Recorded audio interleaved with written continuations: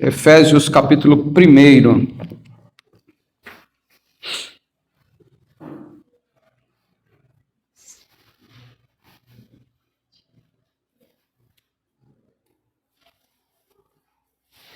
Nós estamos estudando essa carta, nós estamos fazendo o sermão expositivo desta carta. Nós já pregamos aqui até o verso de número 6, mas nós faremos a leitura de todo essa primeira parte novamente, para que nós tenhamos a ideia geral do contexto.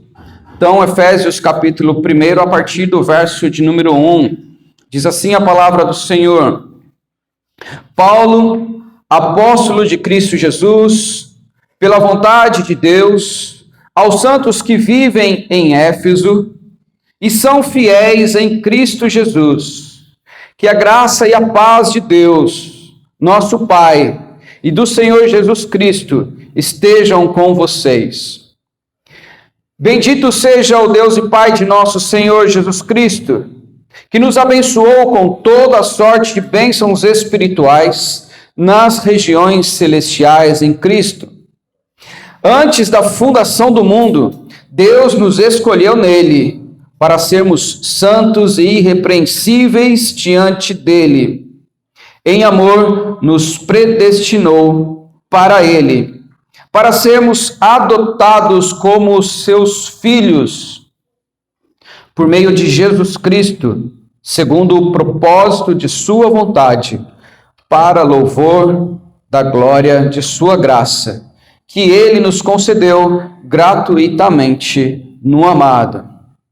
Nele temos a redenção pelo seu sangue, a remissão dos pecados, segundo a riqueza da sua graça, que Deus que Deus derramou abundantemente sobre nós em toda a sabedoria e entendimento.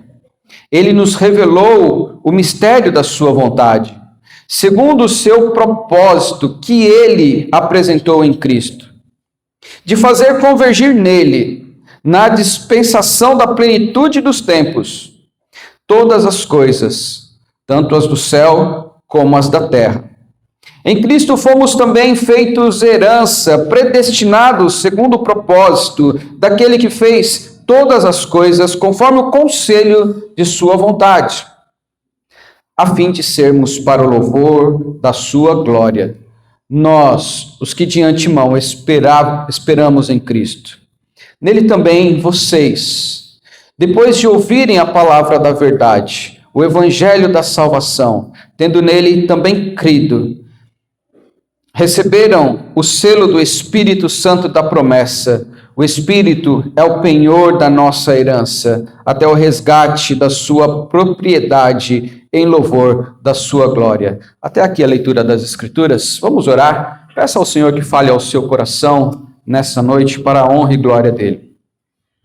Senhor nosso Deus, nós somos gratos a Ti por esse momento precioso de leitura da Tua palavra.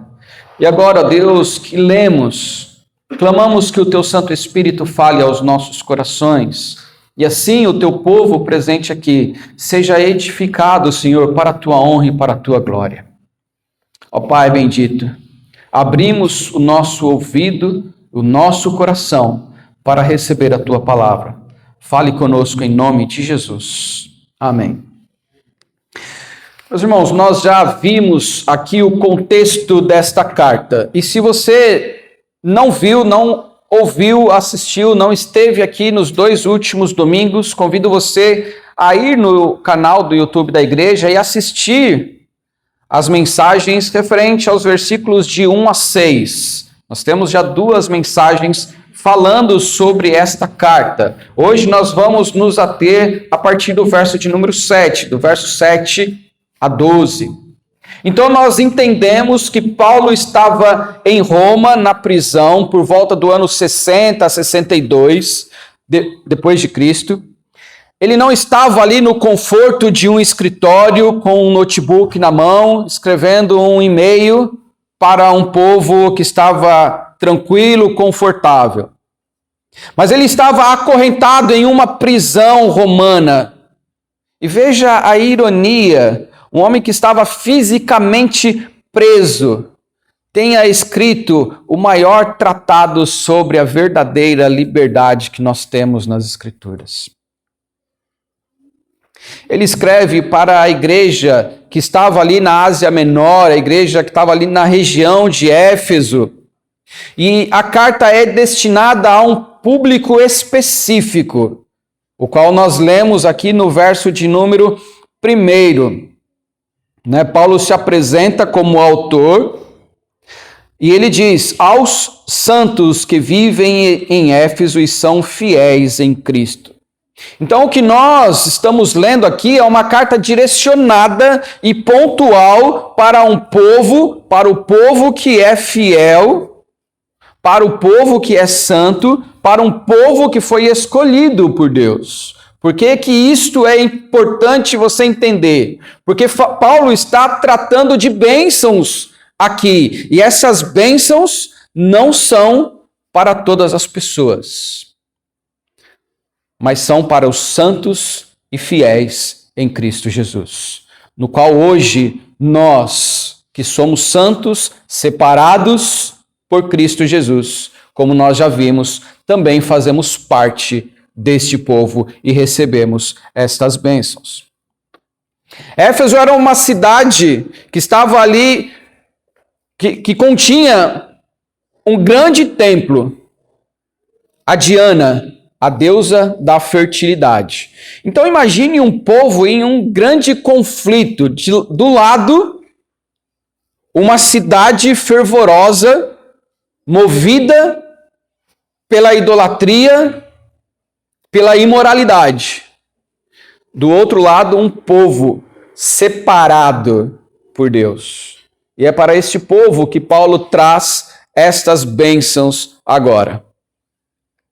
No sermão passado, nós então vimos nos versos de 3 a 6 a ação de Deus Pai como aquele que derrama suas bênçãos sobre o povo. Vimos a obra de Deus que nos escolheu, nos predestinou antes da fundação do mundo.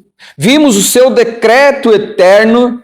E agora nós chegamos no versículo de número 7, onde Paulo traz aqui a obra de Jesus Cristo, o Filho amado. A resposta, meus irmãos, a esta obra do nosso Redentor é a nossa ação. Como nós vamos viver em um mundo movido pela idolatria, movido pela sexualidade, movido pelo erro, pelo engano. E a resposta é simples, meus irmãos. Viva para a glória do seu Redentor. Viva para a glória do seu Redentor. E o texto aqui nos trará 5 razões pelas quais devemos viver para a glória dele. 5 razões. Primeira, devemos viver para a glória do Redentor porque ele nos redimiu. Veja o verso de número 7, o comecinho do verso 7 diz: nele temos a redenção pelo seu sangue. Nele temos a redenção pelo seu sangue. Para você entender o que Paulo está falando aqui, você precisa voltar um pouquinho. Nele, quem? Nós vimos no versículo de número 6, Paulo termina afirmando que todas as bênçãos vistas no sermão passado foram concedidas gratuitamente no amado. E Paulo, então, continua dizendo que no amado, ou em Cristo, temos a redenção pelo seu sangue. Para nós compreendermos a importância ou o poder dessas palavras do apóstolo Paulo, a profundidade desta afirmação, nós precisamos entender que palavra é esta que Paulo está usando aqui. O que seria redenção? No mundo antigo, meus irmãos, essa palavra era usada para o resgate do homem feito prisioneiro quer seja por uma situação de guerra, quer seja por uma dívida que ele não pôde pagar. Essa palavra é usada para o resgate deste homem que estava ali aguardando no corredor da morte ou sendo usado como escravo. Alguém que não tinha mais esperança para a sua vida. Na teologia bíblica, nós podemos ver essa realidade humilhante, porque esse era o nosso estado. Pela natureza, nós, como descendente de Adão, nascemos escravos do pecado. Nós nascemos algemados à nossa própria depravação, mortos em nossos delitos e pecados, sob a justiça de Deus, a condenação pela lei de um Deus santo e perfeito. Não tínhamos moeda, não tínhamos condição alguma de pagar o preço por uma dívida. E por isso, meus irmãos, nosso irmão Reverendo Hernandes Dias Lopes, comentando exatamente esse aspecto da nossa miséria, ele resume dizendo: o homem é redimido e libertado de uma situação de que era incapaz de se libertar por si mesmo, ou de uma dívida que jamais poderia pagar por seus próprios meios. Foi isso que Cristo fez por nós. O preço da nossa redenção foi o seu sangue. O preço da nossa redenção foi o seu sangue. Paulo não diz aqui, meus irmãos, que nós conquistamos a redenção. Ele não diz que nós teremos a redenção quando nós morrermos.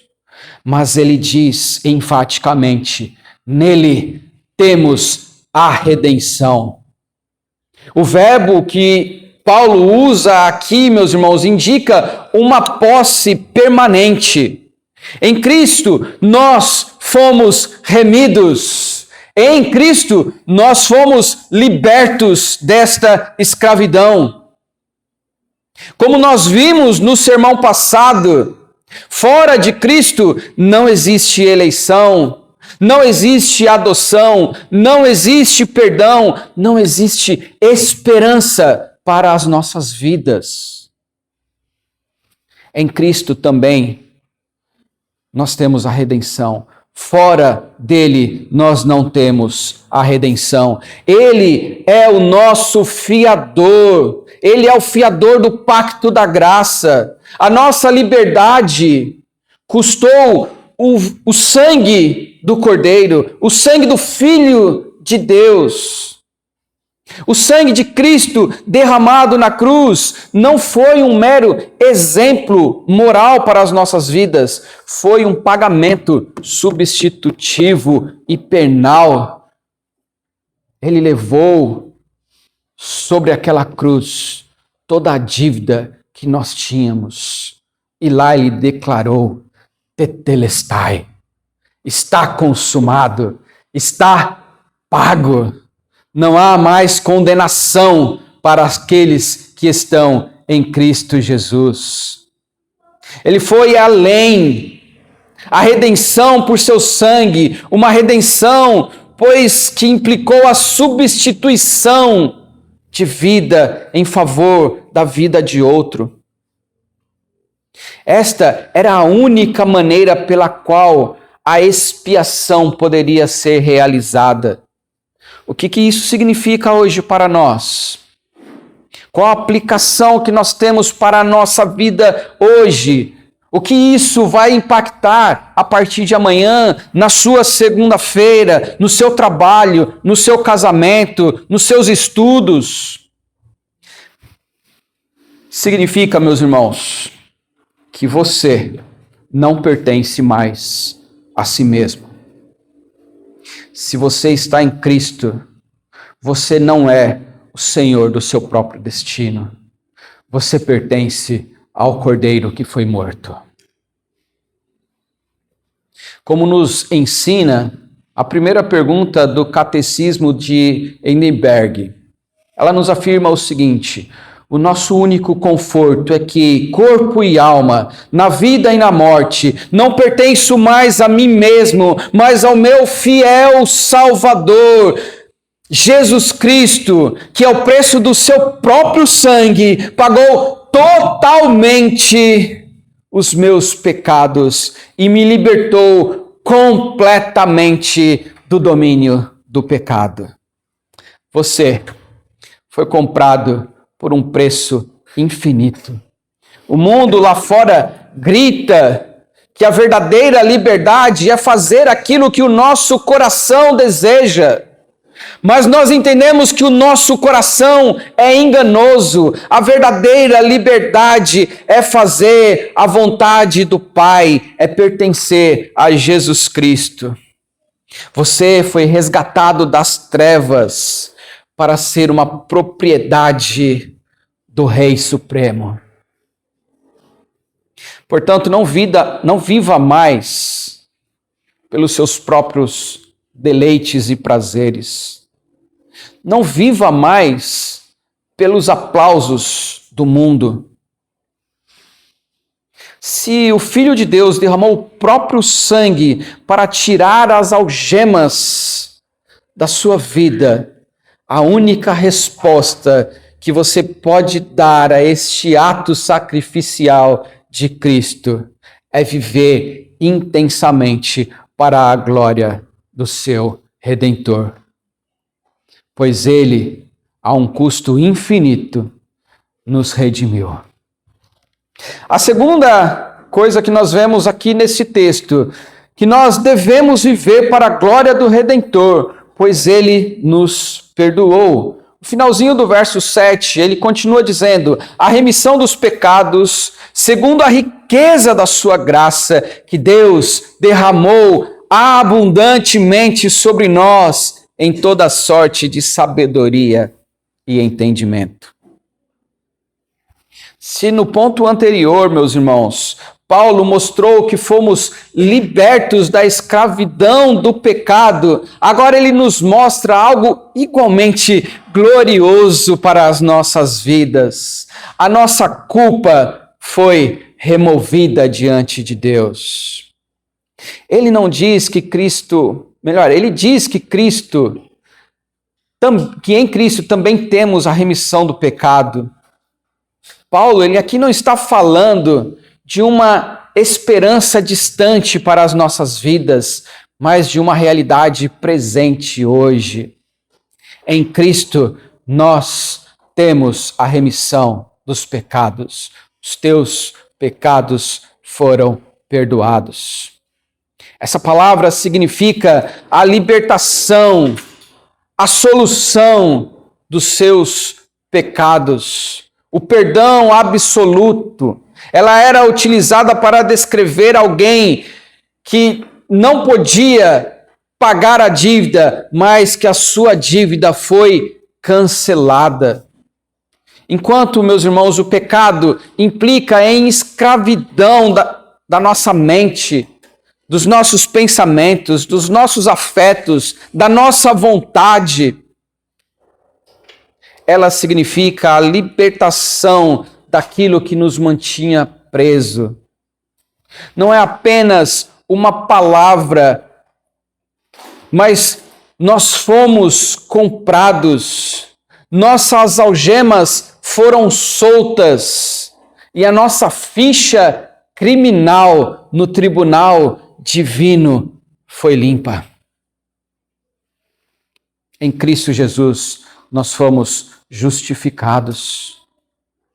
Paulo usa aqui pecado e transgressão, literalmente, para mostrar o desvio de um caminho, de tropeço das nossas vidas, a queda do homem, a transgressão que nós estávamos amarrados.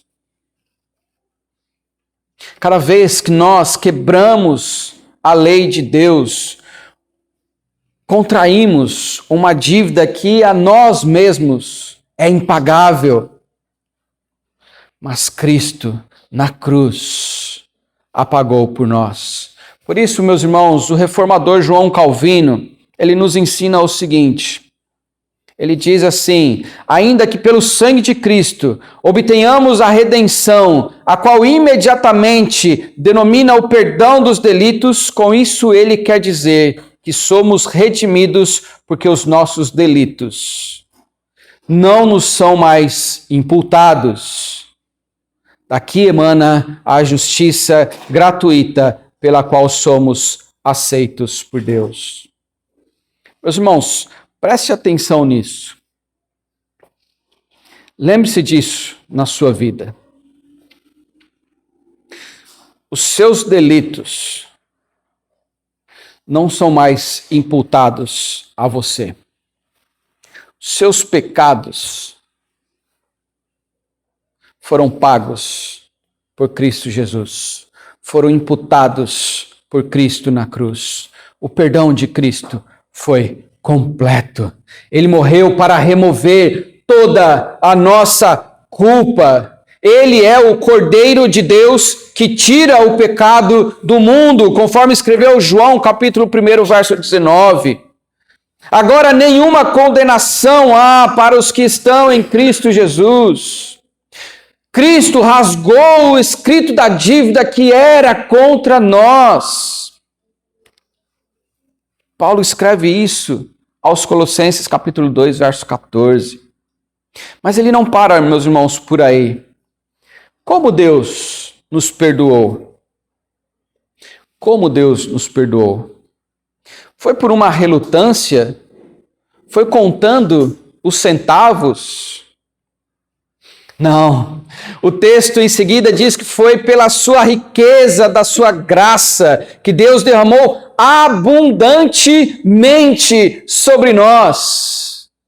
Deus não deu apenas o necessário. A ideia que o texto nos traz aqui é de uma fonte inesgotável, uma fonte inesgotável que transborda continuamente. Isto é graça sobre graça em nossas vidas. Deus nos concedeu essa graça de maneira graciosa e completa, sendo redundante.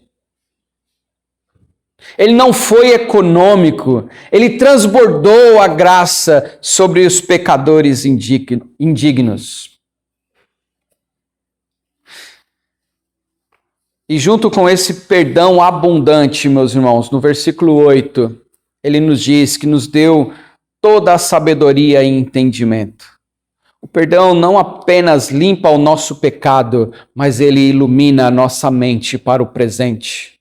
Deus não apenas perdoa aquele que reconciliou consigo mesmo, como filhos, ele também ilumina a nossa compreensão sobre o seu propósito para com as nossas vidas. Então, qual é a aplicação disso para nós hoje? Duas, pelo menos. A primeira, Deus cancelou a sua dívida.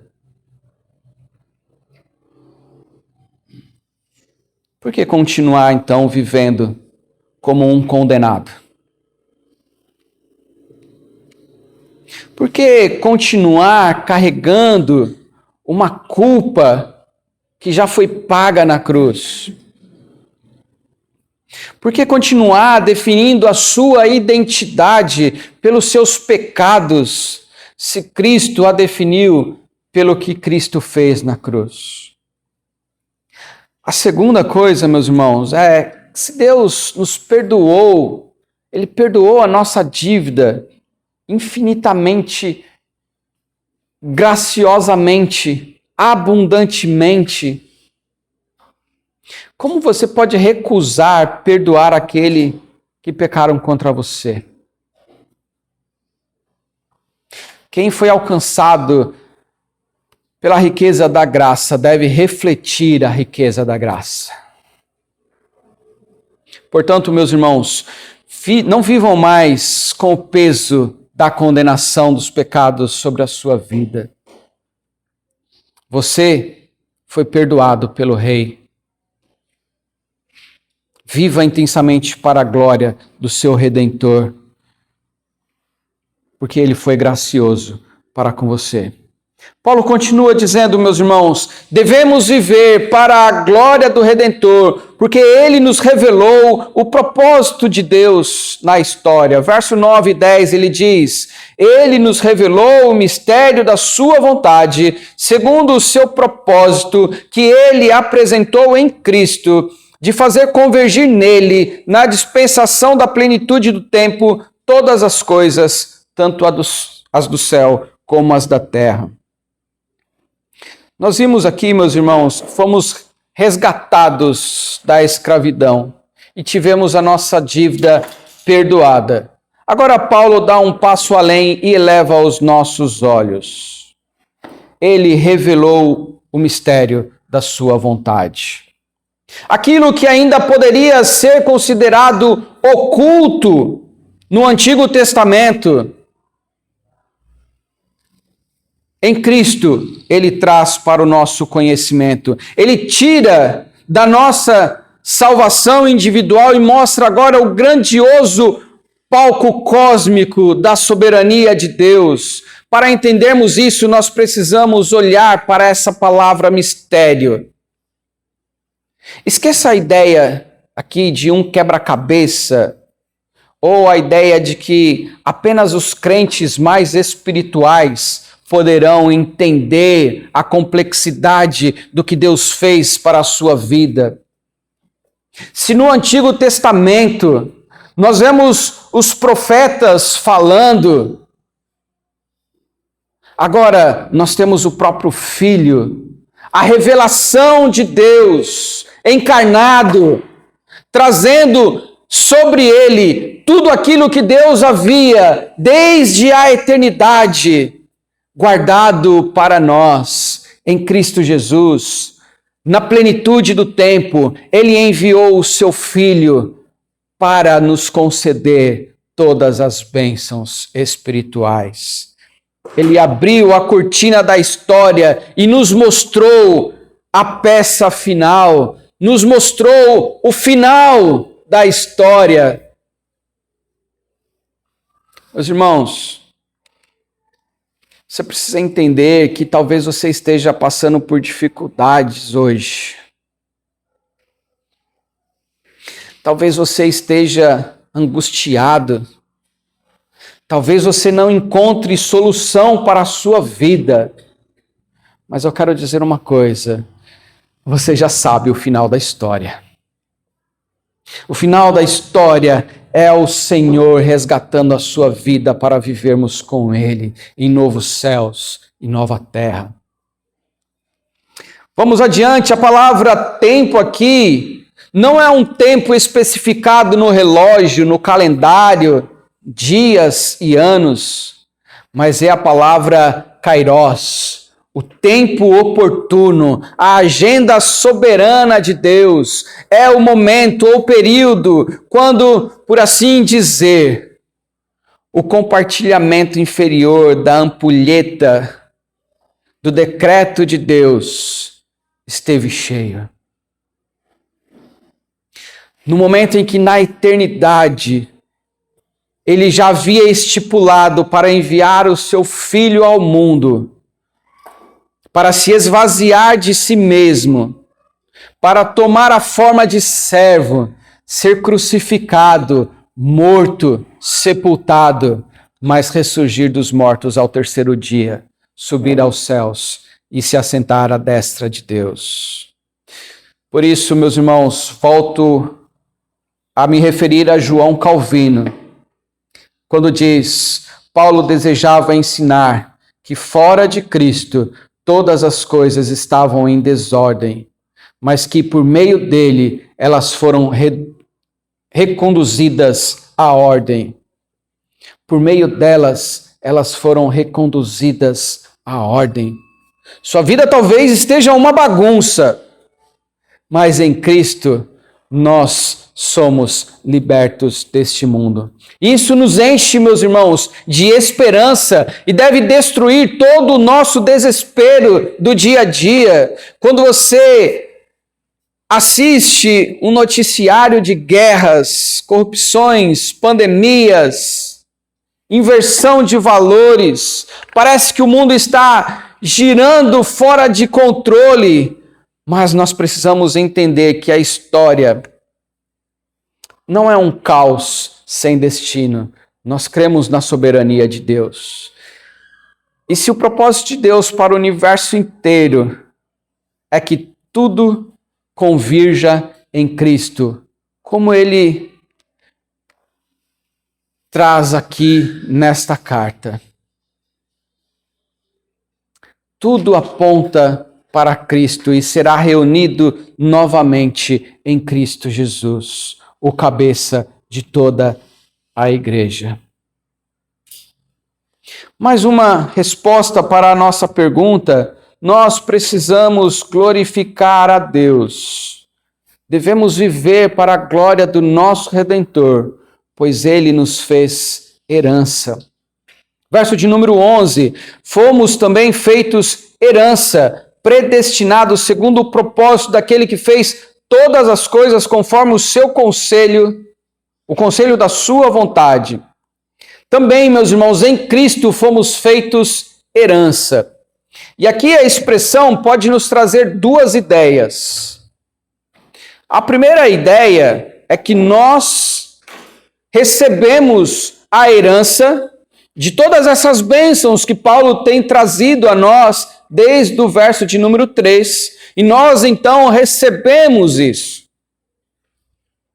Mas também traz a ideia de nós sermos a herança, o propósito pelo qual Deus traz todas essas bênçãos. Agora nós somos a herança dele, ele toma posse de um povo para ser um povo de propriedade exclusiva sua. Meus irmãos, em Cristo Jesus, nós somos um povo, quer judeus, quer gentios, reconciliados por Cristo, em Cristo Jesus, unidos ao Cordeiro Santo que foi morto. Em Cristo Jesus, nós nos tornamos agora parte do povo de Deus, um povo escolhido na eternidade, e agora somos para a glória do nosso Redentor. A nossa salvação, meus irmãos, não depende de uma previsão divina. Deus não nos predestinou, porque na eternidade Ele previu que seríamos bons e que aceitaríamos a Cristo. Mas na eternidade Ele já nos predestinou para as boas obras e para a fé. Essa escolha de Deus deve repousar sobre as nossas vidas e trazer paz aos nossos corações.